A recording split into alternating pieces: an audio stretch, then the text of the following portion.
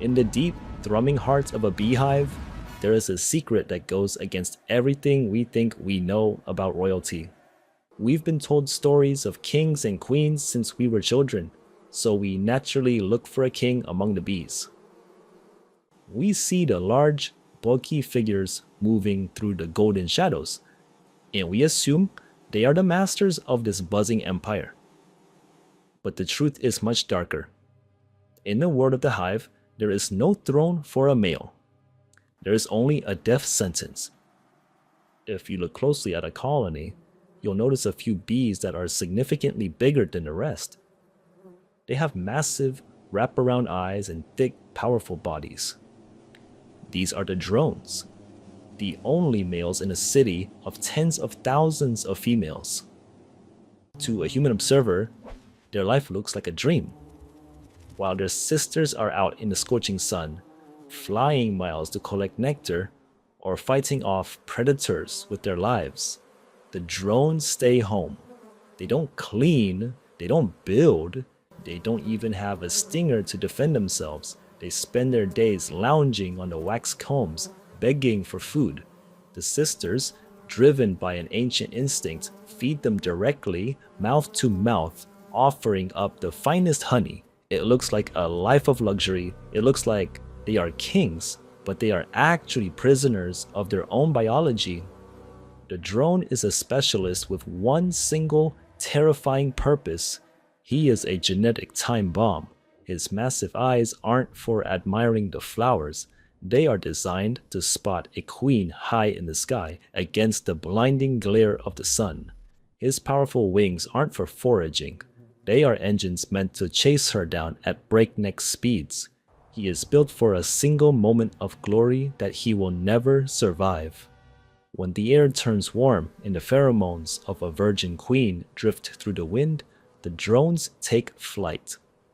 They gather in massive clouds called congregation areas, waiting for the chance to mate. It's a high-stakes race where the prize is death. If a drone is fast enough and strong enough to reach the queen, he fulfills his destiny. But nature's design is brutal. The act of mating is so violent that his internal organs are literally ripped from his body the moment he succeeds. He doesn't get to return home to a hero's welcome. He falls through the air, a broken shell, dead before he even touches the ground. He has fulfilled his purpose by being destroyed. But the fate of the lucky ones, those who fail to mate, is perhaps even more haunting. As the golden days of summer begin to fade and the first hint of autumn chill touches the air, the mood inside the hive shifts. The sisters, once so generous and protective, turn cold.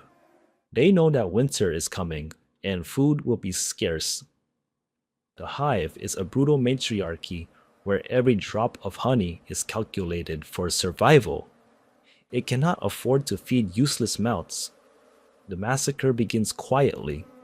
The worker bees stop feeding the drones. The males, confused and weakened by hunger, try to reach the honey stores, but their sisters block the way.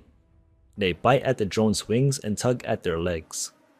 These former kings are forcefully dragged toward the entrance and tossed out into the freezing air. Without the warmth of the cluster, they shiver in the grass, starving and alone. By morning, the ground outside the hive is a graveyard of brothers. The hive is not a kingdom. It is a relentless, beautiful, and terrifying machine. It has no room for a king because it doesn't need a ruler. It needs a future. Every life, every death, and every sacrifice is calculated for the survival of the collective. The next time you see a bee, remember that the crown isn't held by a single letter, but by the cold, unwavering logic of the hive itself.